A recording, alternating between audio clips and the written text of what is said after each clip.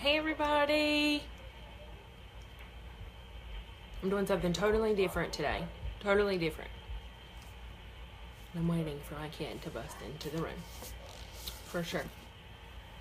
So, I'm going to go ahead and get started. I know it is like 6:30 and people are probably doing supper and that kind of thing. So, I'll just go ahead and kind of jump into it. So, I posted up last week all of these books for me to read this summer. I love reading books. Like, it is kind of my favorite pastime.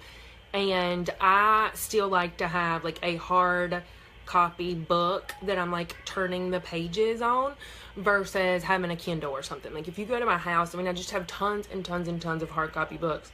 I really want like one day that office that's just lined with bookshelves and there's just tons of books in there. So, and it's not necessarily like classic stuff that I read. I just like reading kind of all different kinds of things. So I thought I would hop on really quick tonight and talk to y'all about the first book that I have read this summer.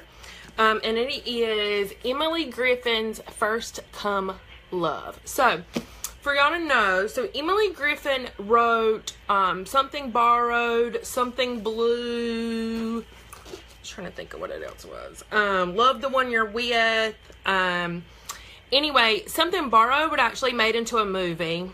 Not a good job making into a movie. Like, I felt like all of her other books like really bring me into them. Like, really bring me into the characters. I get really, really wrapped up with them. And I just absolutely love her stuff.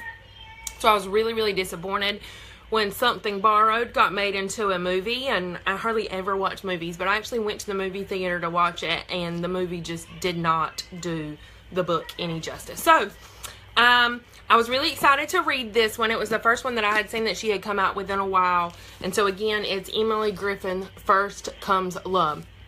So basically, it is about two sisters. It kind of goes back and forth, each chapter with the sister kind of telling her part of the story. And really it's talking about, they're both kind of in their mid-30s, 15 years younger. They had lost their older brother in a car accident.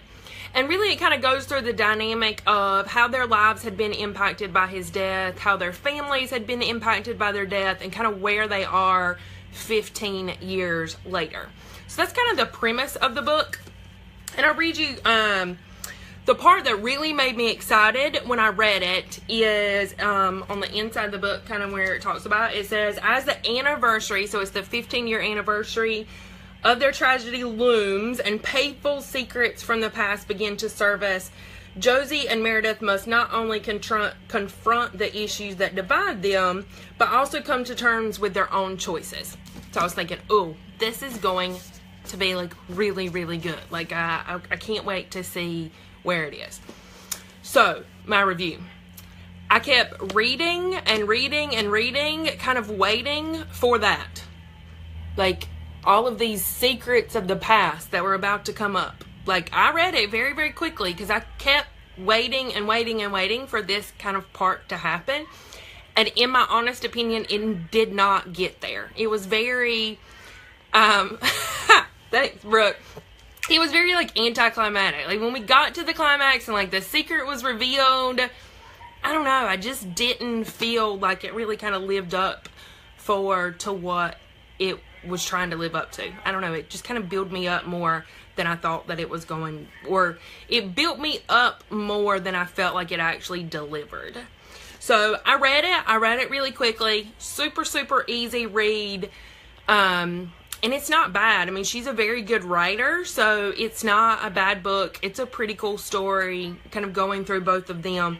I just felt like at the end of it just left me still kind of wanting more, and I didn't feel like that she was able to kind of create that relationship between her reader and her character like she has in some of the other books, where I felt totally entwined with what was going to happen with their story. So, that's my review on First Comes Love, Emily Griffin. Again, her other stuff is really good, and this isn't bad. It's not a bad read. It's an easy read, and it's pretty good. If you want something that you're not going to become overly kind of invested in emotionally, then this is a probably good book for you. But if you're really looking for that book that's really going to draw you in, and you're going to be just really, really invested in what's kind of going on in the characters' lives. And if you're really looking for that big kind of climax that I was from reading the inside, I'm not sure that she really lives up to that. So, Emily Griffin, First Comes Love. That was the first one of the summer. So, I'll be back. I got a whole box of books I can't wait to read this summer. We'll see how quickly I can get through them with everything else we have going on. But that was the first one. Y'all have a really, really great night. Thanks for tuning in, and we'll see y'all tomorrow. Bye.